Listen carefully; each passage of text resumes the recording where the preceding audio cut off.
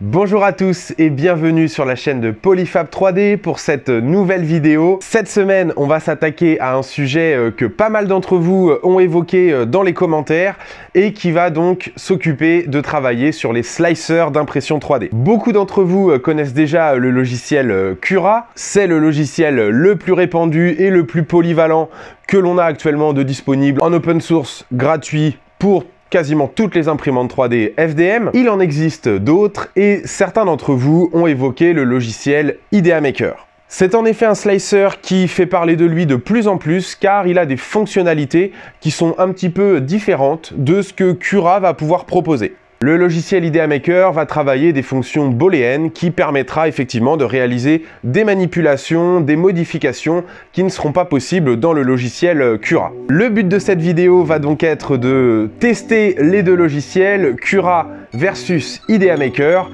Quel est le logiciel qui va être le plus adapté à vos besoins ?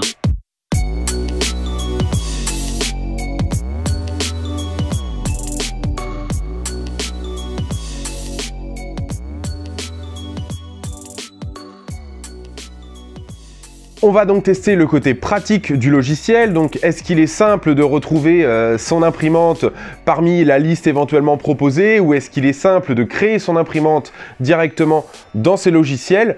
On verra un petit peu ce qu'il en est également des profils d'impression qui sont par défaut intégrés dans les logiciels et c'est ça justement que l'on va tester. On va tester tout ça sur mon Ender 3 V2 qui est déjà en cours d'impression avec un filament PLA de la marque Polymaker et en l'occurrence un Polytera PLA blanc, donc un PLA composé de charges organiques biodégradables, donc un PLA avec un impact environnemental beaucoup plus faible, un bobinage en carton et surtout ce qui m'intéresse ici c'est le côté mat. Ici le Polytera mat va révéler un effet blanc qui va rendre plus simple pour moi la possibilité de vous montrer les détails des différents prints qu'on va lancer.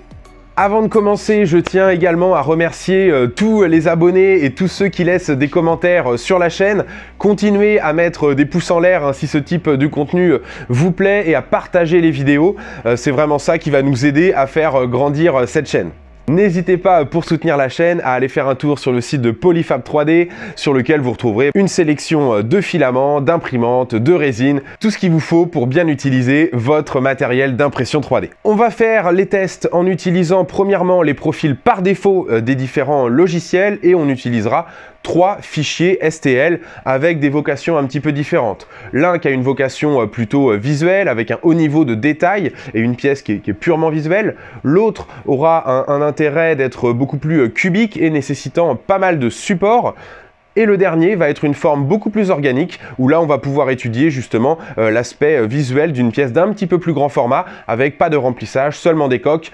Tout ça va nous permettre d'aller illustrer pas mal de fonctionnalités du logiciel.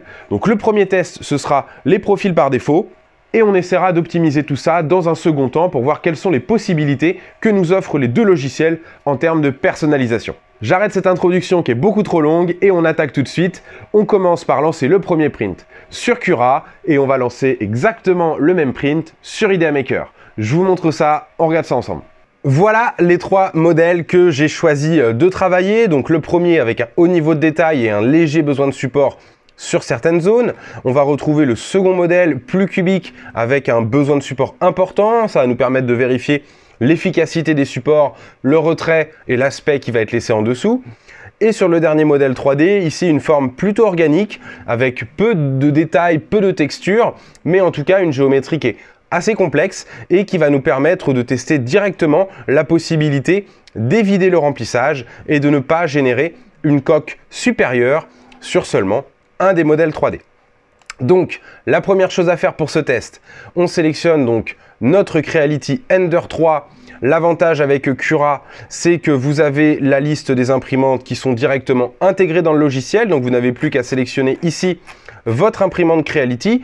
Ici, on utilise une Ender 3 V2, mais ça reste une Ender 3 et on retrouvera ici dans la liste des Creality la Ender 3, éventuellement la Ender 3 Pro qui arborera les mêmes dimensions et c'est ce qui nous intéresse dans un premier temps pour ce paramétrage de machine. Donc dans Cura, récupérer la Ender 3 V2, c'est plutôt simple. Ensuite, ce qu'il faudra faire, c'est utiliser le profil générique de Creality qui concerne le matériau PLA. On voit que par défaut, il nous est proposé 4 profils d'impression. On va utiliser un profil d'impression plutôt avec une haute qualité, donc une épaisseur de couche à 0,16, un remplissage par défaut à 20%. On va demander des supports parce qu'on a vu que certains modèles en exigeaient. On ne va pas forcément choisir d'adhérence vu que le PLA n'en a a priori pas besoin si votre plateau est bien calibré. Ce qu'il va falloir faire, c'est simplement appliquer des paramètres différents sur ce modèle-là. Donc dans Cura, pour pouvoir extraire, on va dire, le paramétrage d'un modèle par rapport aux autres, c'est plutôt simple. On va sélectionner le modèle en question, utiliser ici le petit onglet de paramétrage par modèle, en utilisant le premier onglet qui va nous permettre de faire comprendre que ce n'est pas un modèle normal, mais qu'on va lui appliquer un certain nombre de modifications de paramètres. Et ici, on va pouvoir sélectionner les paramètres. Donc ce qui va nous intéresser ici, c'est de nous occuper de la partie épaisseur du dessus, donc les couches horizontales supérieures qui viennent refermer nos modèles 3D. Et on va également avoir besoin de travailler la densité du remplissage. Donc ici, on va passer les valeurs à 0, étant donné qu'on ne veut pas de coque et qu'on ne veut pas non plus de remplissage. On veut plus ou moins reproduire le mode vase pour cette géométrie. Donc, rien de plus à faire pour ce premier test par défaut. On lance la découpe et on va lancer ça en impression tout de suite pour voir le résultat par défaut.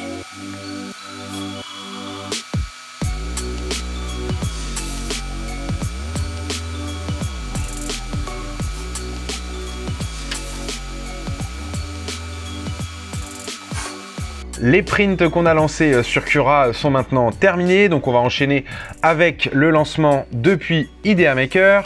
Et la première chose à faire sur Idea Maker, c'est donc de créer son imprimante 3D. Et ouais, sur Idea Maker, la Creality n'est pas implantée par défaut, il va falloir aller la récupérer. Et dans ce cas-là, le plus simple, c'est d'utiliser ici la fenêtre imprimante et le wizard de configuration, qui va vous permettre de manière assez simple d'intégrer des nouveaux modèles. Donc ici, on aura accès à un menu imprimante tierce. C'est ce qui va nous intéresser. Et on aura ici une liste d'imprimantes plutôt complète, y compris avec les Creality, et en l'occurrence les Ender 3, les Ender 3 Max, les Ender 3 Pro et la V2 qui nous intéresse. Une fois que c'est récupéré, on va avoir accès aux profils d'impression qui sont directement disponibles dans la librairie d'Idea Maker en relation avec cette imprimante 3D. Donc on voit qu'en l'occurrence ici, on en a deux. Un développé par le fabricant Sunlu et l'autre développé par le fabricant Eason. Si vous souhaitez en avoir un petit peu davantage, ce qui peut être pratique, c'est éventuellement de tester d'autres Ender. Si vous testez par exemple une Ender 3 Pro ou une Ender 3 de base, vous allez avoir sans doute davantage de profils d'impression qui seront également compatibles. Donc ici, on va utiliser la version du fabricant Eason et on verra un petit peu ce qu'il en est parce que vous l'avez compris, ici, le fabricant Idea Maker et Raise 3D ne propose pas de profil officiel, on va dire, de Creality. Il faudra faire confiance à des profils d'utilisateurs qui ont été implantés depuis la librairie d'Idea Maker et donc accessibles depuis cette fenêtre.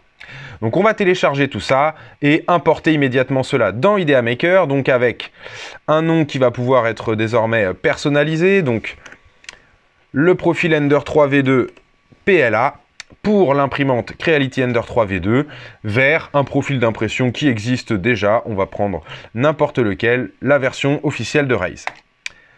Et voilà, c'est terminé et maintenant vous avez dans votre logiciel la possibilité de retrouver cette imprimante. On va poursuivre donc en ouvrant les modèles 3D qui nous intéressent et on va les redimensionner tel qu'on l'avait fait sur Cura. Donc ce modèle-ci, on va pouvoir gérer son échelle et lui appliquer ici une réduction à 50%. De la même manière, on l'avait fait pour ce modèle-là. Et au contraire, celui-ci, on l'avait doublé en termes de dimension. Donc, on va pouvoir repositionner les modèles 3D tels qu'on l'avait fait sur Cura. Donc, celui-ci à droite, celui-ci au centre et celui-ci à gauche. On avait fait une rotation de cet élément-là pour maximiser la gestion des porte-à-faux. Donc on va reproduire cette rotation dans ce sens-là pour que la ventilation de la Ender soit maximale dans cette pente ici, qui est la plus technique, on va dire, du modèle 3D. Une fois que ça c'est fait, on va pouvoir s'occuper d'exclure ce modèle-là comme on l'a fait dans Cura. Donc on sélectionne le modèle 3D. La fonction est un petit peu différente et il faudra utiliser ici le paramètre par groupe. Donc ici, on voit que notre groupe 1 contient les 3 modèles 3D. Le but, ça va être de créer un deuxième groupe dans lequel on va mettre notre modèle en question vase. Donc on va créer un deuxième groupe et on va transférer le vase dans ce deuxième groupe. Dans ce deuxième groupe, on va donc pouvoir impliquer un certain nombre de paramètres différents. Et ce qui va nous intéresser ici, c'est justement la densité du remplissage. Et dans la partie que Idea Maker appelle le remplissage plein, ce qui va nous intéresser, c'est les couches supérieures. Donc, on les active ici. Elles sont désormais accessibles. Et on va pouvoir passer tout ça à 0. Avant de lancer tout ça en impression, il ne me reste plus qu'à indiquer l'épaisseur de couche à 0,16 mm et activer les besoins de support. Donc on va activer les supports partout, on lance le slice, on regarde rapidement l'aperçu pour vérifier qu'il n'y a pas de problématique ou d'incohérence. Voilà pour la prévisualisation, on constate que les supports ont été positionnés aux mêmes endroits que Cura plus ou moins. En tout cas ici on a une structure qui est un petit peu différente et qui conserve par défaut une interface à haute densité qui permet d'avoir un meilleur résultat d'aspect sur la zone qui est justement supportée. Et on voit bien que sur ce modèle là on a bien évidé l'intérieur et supprimé la coque haute. Donc on est bon, on n'a plus qu'à lancer ça à l'impression et on va regarder ensemble les résultats. Donc vous voyez ici les résultats, donc les 3 modèles imprimés par Cura et ici les 3 modèles imprimés par Idea Maker. Donc ce que l'on note déjà dans un premier temps, c'est les supports qui sont très différents et qui sont vraiment travaillés d'une manière un petit peu spécifique par Idea Maker, dans le sens où le sens des lignes de support est inversé à chaque couche, ce qui les rend sans doute beaucoup plus efficaces et faciles à retirer. On va tester ça tout de suite. Donc on voit ici que le retrait est plutôt facile. On a quelques petites traces qui sont laissées sur le modèle 3D, y compris dans la zone d'accroche du modèle. Mais franchement, les résultats sont plutôt pas mal. On va faire la même chose avec le modèle imprimé par Cura. Et on va comparer ça tout de suite. Le retrait est plutôt très simple également sur Cura. Ça laisse sans doute un petit peu moins de traces, surtout en partie basse. Je trouve qu'on a effectivement moins de traces. Et on voit que d'un point de vue visuel, les résultats sont plutôt assez proches. On va regarder ça d'un peu plus près, mais les résultats sont plutôt bons dans tous les cas dans les deux modèles. On a une gestion des porte-à-faux qui est plutôt bonne et on a un aspect qui est plutôt bon, on respecte bien le niveau de détail. On a simplement des petits résidus qui traînent un petit peu plus sur Idea Maker. Donc c'est important de le noter, mais vous allez voir que c'est sans doute lié à un paramétrage assez simple qui crée ces petites choses-là. Mais sinon, on va dire que l'efficacité du support et la précision est plutôt identique. Pour le deuxième modèle, ici, on va pouvoir tester encore une fois un retrait de support et voir un petit peu l'aspect qui va être laissé sur une zone horizontale. On voit que les supports sont générés de manière très différente, donc on va regarder ce qu'il en est du retrait. On va essayer de retirer la partie basse, qui s'enlève plutôt bien sur cette version Idea Maker. On va voir pour ce qu'il en est de la partie centrale. On va essayer de ne pas endommager le cube. On voit que sur ce Polytera, on a un PLA qui est plutôt assez souple. On n'a pas quelque chose qui est aussi rigide qu'un PLA traditionnel.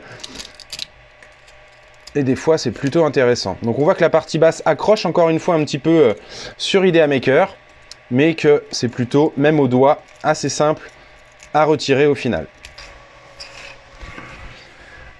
La version imprimée par Cura, eh ben oui, les supports sont un petit peu plus compliqués à retirer, mais l'avantage, c'est qu'ils se défont en même temps que la partie basse et haute, où là, effectivement, les supports sont un petit peu plus solides et un petit peu plus...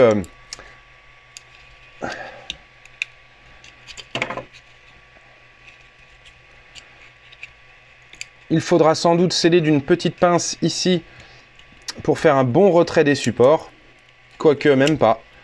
On voit qu'ici on a des petits résidus effectivement, mais que le résultat est franchement pas mal du tout. On a quelque chose qui est compliqué à décrocher, mais qui laisse plutôt un bel aspect une fois qu'on a retiré effectivement les petits résidus d'interface qui était imprimé. Et pour terminer donc, les modèles avec le but un petit peu plus visuel. Donc on voit ici qu'on a des choses qui sont relativement similaires. Hein. Pour info, l'orientation était identique hein, sur les deux imprimantes. L'aspect extérieur, je le trouve meilleur sur la version Idea Maker, tandis que sur Cura, ici, on a vraiment des choses qui sont pas très jolies.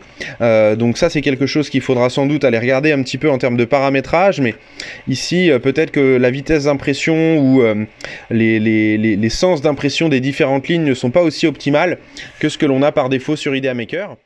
Pour cette seconde partie de la vidéo et du test, on va donc tester l'impression d'un nouveau modèle 3D en utilisant ici des paramètres personnalisés que l'on va s'attacher à rendre identiques sur les deux versions des deux logiciels.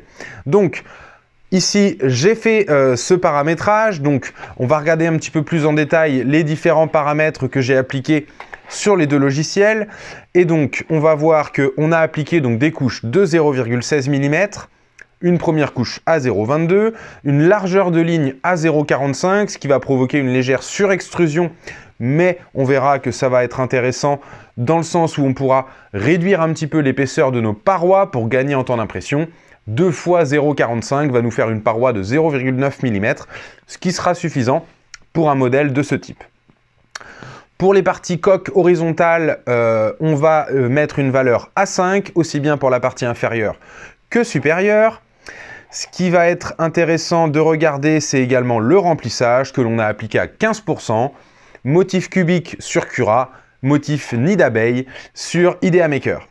Pour les matériaux, on est à 200 degrés pour l'extrusion, 60 degrés pour le plateau et on a un débit qui est très régulier sur Cura. Simplement pour la première couche, on va appliquer un débit à 130%. Pour ce qu'il en est des vitesses, ici on a vraiment essayé de répercuter un petit peu une valeur médiane, on va dire, entre ce que Cura et ce que Idea Maker propose par défaut. Donc ici on est sur des vitesses d'impression oscillant entre 60 et 40 mm par seconde selon les zones. Pour le remplissage, on a passé une valeur médiane à 70. Pour ce qu'il en est du déplacement, donc là également, j'ai essayé de faire la même procédure sur ce qu'il en est de la rétraction. La rétraction était beaucoup plus rapide et importante sur Idea Maker. Donc ici, le but, ça a été de trouver un entre-deux qui va convenir, on va dire, et qui permettra de comparer l'efficacité réelle des logiciels sur ces points. Pour ce qu'il en est du refroidissement, activation de la ventilation dès la deuxième couche, comme le faisait Idea Maker. Pour la génération de support, ici, on ne va pas s'en occuper. On a vu que déjà dans les premiers tests, il y avait une différence qui était importante. Et tout cela sera travaillé via vos habitudes, on va dire, en termes de support. Les deux logiciels sont assez efficaces là-dessus. On verra dans les points différenciants ce que certains logiciels apportent. Mais de base, c'est la même chose. Et je vous invite à aller voir la vidéo qui concerne les supports, si jamais c'est un sujet qui vous intéresse. Pour être tout à fait équitable, j'ai désactivé sous Cura la partie couche adaptative que le logiciel Idea Maker ne propose pas sous cette forme-là. Ça nécessiterait d'aller travailler manuellement sur une variation des couches dès qu'on a besoin de faire varier un petit peu cette épaisseur, ce qui est franchement très chronophage et très franchement peu utile pour un modèle comme celui-là en l'occurrence. Ce que j'ai également eu besoin de faire dans Cura, c'est d'activer la roue libre. C'est un phénomène qui va permettre à la buse d'arrêter son extrusion quelques millimètres avant la fin de sa couche, de manière à laisser le moins de traces possible sur justement les déplacements et les rétractions. Donc tout cela, ce sont des choses qui vont être retrouvées à l'identique dans Idea Maker, donc on va bien retrouver ces informations, des couches à 0,16, on va retrouver une première couche à 0,22. Je n'avais pas précisé, mais dans Cura, par défaut, on va avoir des cicatrices, des cimes, des coutures qui sont dissimulées dans les angles. Ici, ce n'était pas le cas par défaut dans Idea Maker, donc j'ai activé la même fonction qui consiste à aller dissimuler ces traces dans les angles. On a bien une valeur de largeur de ligne à 0,45, une vitesse de rétraction à 70 mm par seconde, un remplissage à 15%, des couches horizontales au nombre de 5 pour la partie inférieure et pour la partie supérieure, pas de besoin de support, un refroidissement qui se déclenche à 100% dès la deuxième couche, ça c'est ce qui convient très bien pour du PLA, on a bien 200 degrés en termes d'extrusion, 60 au niveau du plateau, des vitesses qui sont identiques à Cura, et pour le moment, ce sera déjà bien. Donc on va tester l'impression de ce modèle 3D avec ses paramètres à l'identique sur les deux logiciels. Ici, le but, ça va être de faire l'inverse que ce que faisait le profil par défaut. Encore une fois, hein, ici, c'est un petit peu spécifique de considérer que les profils disponibles sur Idea Maker sont des profils par défaut, mais effectivement, ce sont des profils que l'on peut récupérer. Donc, faites bien attention à ceux que vous téléchargez, ceux que vous utilisez, mais soyez conscient que dans tous les cas, vous êtes en mesure de produire à peu près le paramétrage que vous souhaitez, que ce soit sur Cura ou sur Idea Maker. Il y a seulement des petites fonctionnalités qui ne seront pas forcément évidentes et qui correspondent à l'algorithme, on va dire, de calcul du logiciel. Donc c'est ça qu'on va tester. Est-ce qu'avec un paramétrage identique, on a des résultats qui sont différents?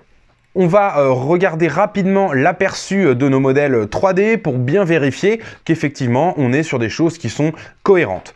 Donc, ce qu'il est important et que je ne l'ai pas précisé, c'est que pour que Cura soit en mesure d'imprimer ces petites zones ici qui sont extrêmement fines et qui correspondent vraiment à une zone peut-être inférieure au diamètre de la buse, il faut activer dans Cura la fonction paroi fine. Par défaut, elle n'est pas activée, donc il faut activer cette fonction de paroi fine pour créer en fait une sous-extrusion qui va permettre à la machine de générer ces petites zones par défaut. Ce n'était pas le cas dans Idea Maker, elle les a générées automatiquement. Donc, on va regarder un petit peu l'aperçu. Donc, on voit bien à l'intérieur dans Cura 2 coques, un remplissage en triangle à une densité de 15%. Ce qu'il est important de voir, c'est les cicatrices qui ont été positionnées ici dans Cura. On va faire la même chose dans Idea Maker.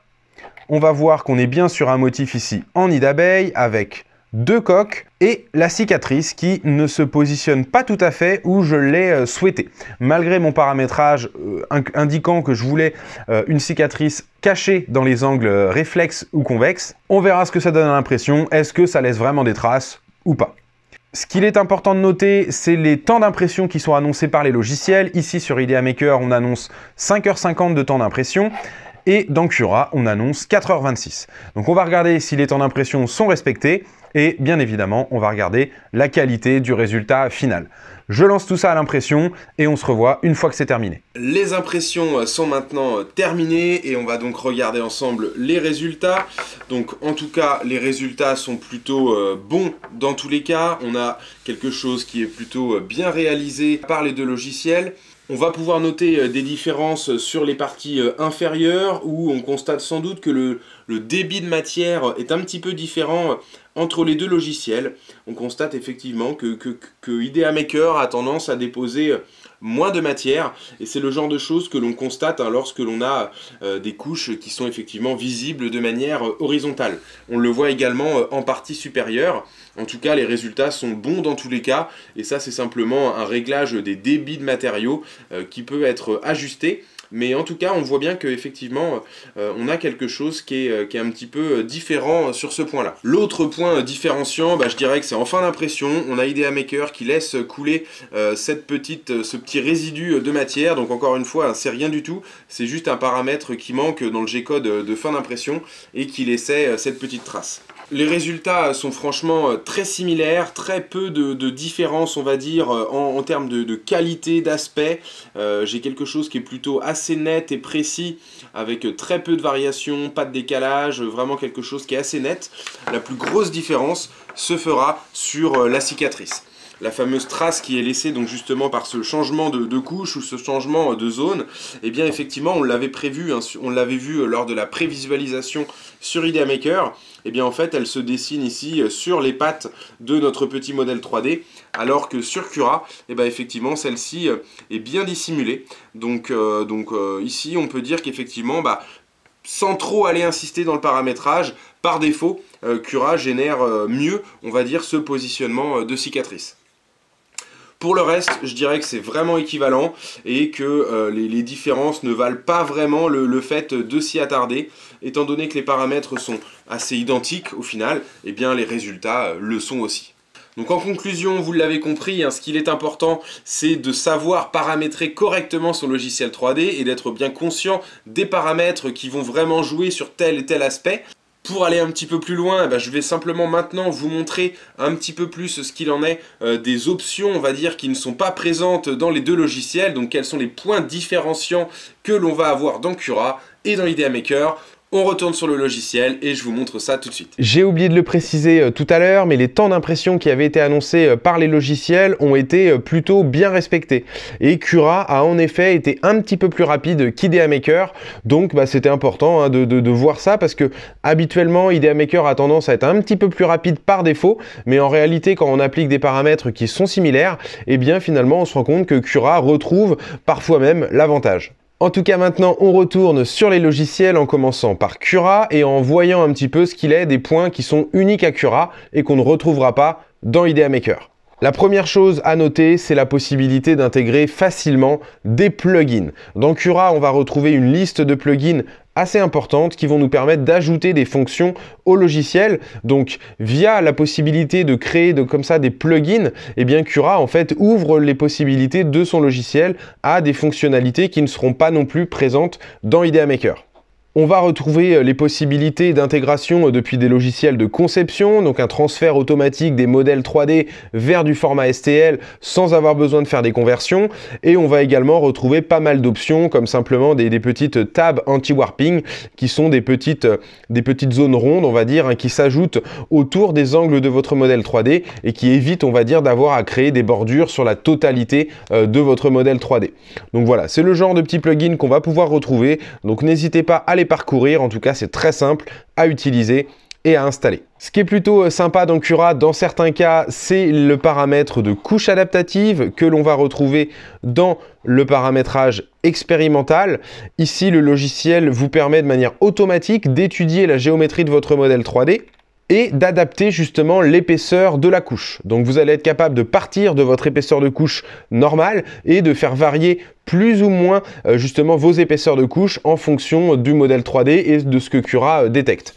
Donc ça, c'est quelque chose qui n'existe pas dans IDEA Maker, qui est franchement très intéressante. Pour ce qu'il en est des supports, une des fonctions que Cura ajoute, c'est la possibilité de générer des supports avec des structures arborescente. Ça, c'est quelque chose qui ne sera pas disponible dans IDEA Maker et je sais que pas mal d'entre vous sont retournés ou en tout cas utilisent Cura pour cette fonction qui est plutôt effectivement très intéressante. En ce qui concerne Cura, je ne vois pas particulièrement d'autres points à mettre en avant. Les autres seront plutôt liés à la double extrusion sur justement les déclinaisons des Ultimaker. Donc dans ce cas-là, ça nous intéresse pas vraiment. On retourne sur IDEA Maker et on voit ce qu'il en est. Donc ce qui est pas mal sur IDEA Maker, eh bien c'est premièrement cette petite fenêtre qui s'ouvre et qui vous donne les dernières informations, les derniers profils disponibles sur la librairie, qui vous donne accès à des tutoriels et tout ce genre de choses. Ce petit univers que IDEA Maker crée autour de ces imprimantes Raise, eh bien est également utilisable avec n'importe quelle autre imprimante, donc n'hésitez pas à l'utiliser au maximum.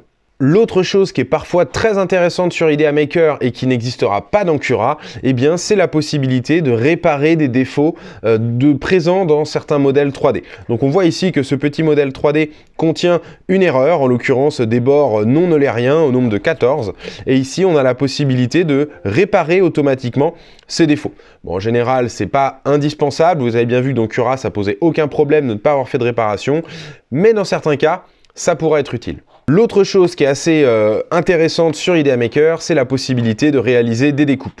Vous allez pouvoir utiliser des plans de coupe qui vont vous permettre facilement de créer des découpes et ainsi de récupérer des modèles 3D STL distincts. Effectivement, vous allez pouvoir réenregistrer des modèles STL après avoir réalisé des découpes, ce qui sera vraiment très pratique quand on veut travailler en double extrusion ou qu'on ne veut pas imprimer la totalité d'un modèle 3D. La dernière fonctionnalité propre à IDEA Maker que je souhaitais mettre en avant, eh bien, c'est la fonction de texturing. Ici, vous allez pouvoir appliquer facilement des motifs, des reliefs sur vos modèles 3D. Donc, c'est plutôt très facile à faire. Vous allez pouvoir utiliser des motifs qui sont préintégrés dans le logiciel, mais également les vôtres. Donc, en tout cas, il sera plutôt très simple d'y accéder depuis l'univers librairie d'IDEA Maker. En l'occurrence, dans la partie 101, vous avez ici accès à la librairie de textures. Ensuite, on va en choisir un modèle très simple. On va pouvoir très facilement l'importer dans le logiciel IDEA Maker qui va très facilement récupérer justement ce téléchargement et l'ajouter directement à ma liste. Donc, Pour ce modèle 3D et pour lui appliquer de la texture, il me suffira maintenant de demander effectivement à ce que la surface soit texturée de manière personnalisée. On verra ici la possibilité d'aller récupérer justement des profils depuis la librairie ou d'utiliser justement celui que l'on venait de télécharger. Et vous voyez que immédiatement le motif s'applique sur notre modèle 3D. On a différents formats, on va dire, d'application de la texture et vous allez voir qu'on va pouvoir effectivement jouer un petit peu avec tout ça dans le sens où on va pouvoir aller positionner un petit peu comme on le souhaite nos motifs pour justement qu'ils respectent bien notre modèle 3D.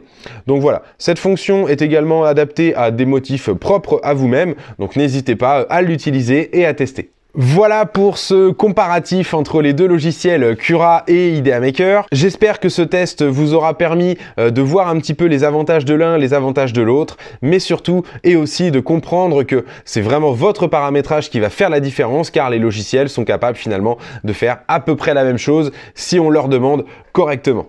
Merci pour votre attention jusqu'à la fin de cette longue vidéo. Bien sûr, pour nous soutenir, abonnez-vous, laissez des commentaires. Si vous avez d'autres logiciels sur lesquels vous souhaitez qu'on fasse des comparatifs, n'hésitez pas dans les commentaires à le préciser. Et si on voit qu'il y a beaucoup de likes sur vos commentaires, on en fera des vidéos. Allez faire un petit tour sur le site de Polyfab 3D, ça nous fera toujours plaisir. Et pour ma part, je vous dis à très vite pour la prochaine vidéo.